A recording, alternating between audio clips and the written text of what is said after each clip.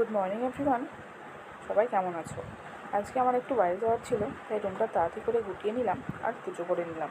তারপর আমার খাওয়া দাওয়া করে নিলাম, আর এই আমি রেডি হলাম আর রেডি হয়ে বেরিয়ে পড়লাম। এই হলো আমার বর, তারপর আমার শাশুড়ি মা, আর এইদিকে ছিল ড্রাইভার, আর আমার শ্বশুরমশাই।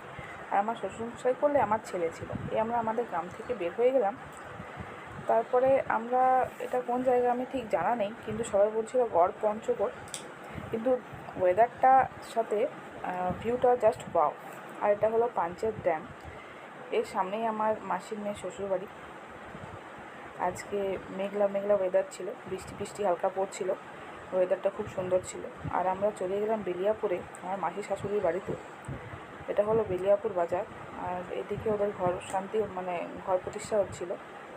তো এদিকে আমার মেসোমশাই, মাসিমা, আর আমার বর এদিকে ছোটো বাচ্চার সাথে ছোটো বাচ্চা হয়ে গেছিলো।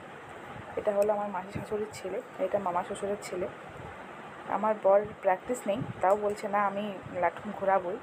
আর এটা হলো আমার ছেলে, ও প্রসাদ খাচ্ছিল, মাসিমণি ওকে প্রসাদ দিয়েছিলেন। আর তারপর আমরা বেশ কিছু ফটো তুললাম। আর ওখানে ওয়েদারটাও ছিল খুব সুন্দর, তার জন্য ফটোগুলোও খুব সুন্দর এসছে। এটা হলো রোহিত, তার সাথে ছোটি। এটা হলো রিয়া, রিয়ার বান্ধবী। এটা আমি আর রিয়া। এটা হলো আমার মাসিমণি। তারপরে আমরা বেরিয়ে পড়লাম খাওয়া দাওয়া করে। কী কী খাওয়া দাওয়া হলো সেটা ভিডিও নিতে পারিনি, মাম্মা খুব দুষ্টুমি করছিল। এটা হলো পাঞ্চেত পাহাড়টা। আসার সময় ওয়েদারটাও খুব সুন্দর ছিল।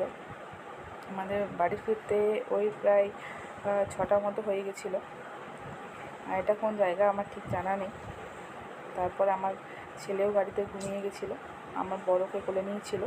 আমার বরের কাছেও মাঝে মধ্যে ঘুমোয়। আর এদিকে বাড়ি ফিরে আমার অবস্থা তোমরা দেখতেই পাচ্ছ। আর তারপর আমরা ডিনার করে নিলাম। Good night every.